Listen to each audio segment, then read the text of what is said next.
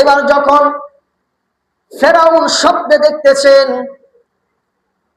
যে বাইতুল মুকাদ্দাসের দিক থেকে এমন একটা আগুন আসতেছে, এসে মিশরের যারা অধিবাসী রয়েছে, অর্থাৎ ফেরাউনের যারা দল রয়েছে, সৈন্য রয়েছে, যারা ফেরাউনকে মানে, তাদের বাড়ি ঘর, তাদের সয় সম্পত্তি, তাদেরকে সহ সবকিছু জ্বালিয়ে ছারখার করে দিচ্ছে। কিন্তু বনি ইসরাইল যারা রয়েছে, তাদের কাউরে কোনো বাড়ি ঘর কোনো কিচ্ছুর ক্ষতি হয় নাই, তাদের কাউরে কোনো ক্ষতি হয় নাই। এবার দ্বিতীয় রামেসেস ফেরাউন, সে ঘুম থেকে উঠে গেল। উঠে যাওয়ার পরে এবার তার রাজ্যের যত জ্যোতিষী রয়েছে, যত জাদুকর রয়েছে, যত মন্ত্রী রয়েছে, সবাইকে ওই রাতের মধ্যে এক জায়গায় ডাকলেন, তার মহলের মধ্যে ডাকলেন, যেখানে তারা মিটিং করে ওই জায়গার মধ্যে ডাকলেন।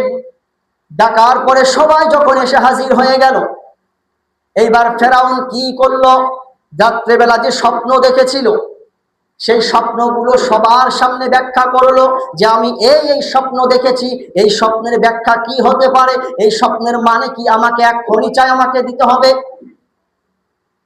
সে তো ফেরাউন, সে তো জালিম বাদশাহ, যার মনের মধ্যে কোনো দয়া মায়া কিচ্ছু নাই। এবার ফেরাউন আদেশ করেছে,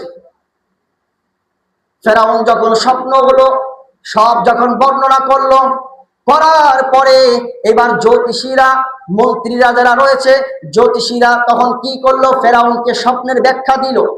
এবার কি হবে ব্যাখ্যা, এটা বলছে। ফেরাউনকে জ্যোতিষীরা বলছে যে, হে ফেরাউন রামেসের জাহাপনা বাদশাহ, আমাদের এই রাজ্যের মধ্যে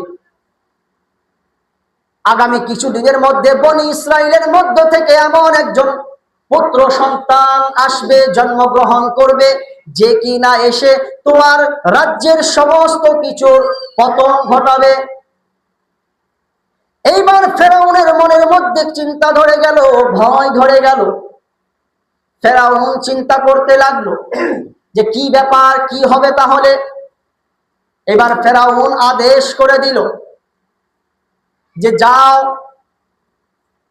আমার রাজ্যের মধ্যে যত বনি ইসরাইল রয়েছে, ওই বনি ইসরাইলদের যত গর্ভবতী মহিলা রয়েছে, ওই সমস্ত মহিলারা যারা সন্তান প্রসব করবে, ফেরাউন কি করলেন, তার নিজস্ব ধাত্রী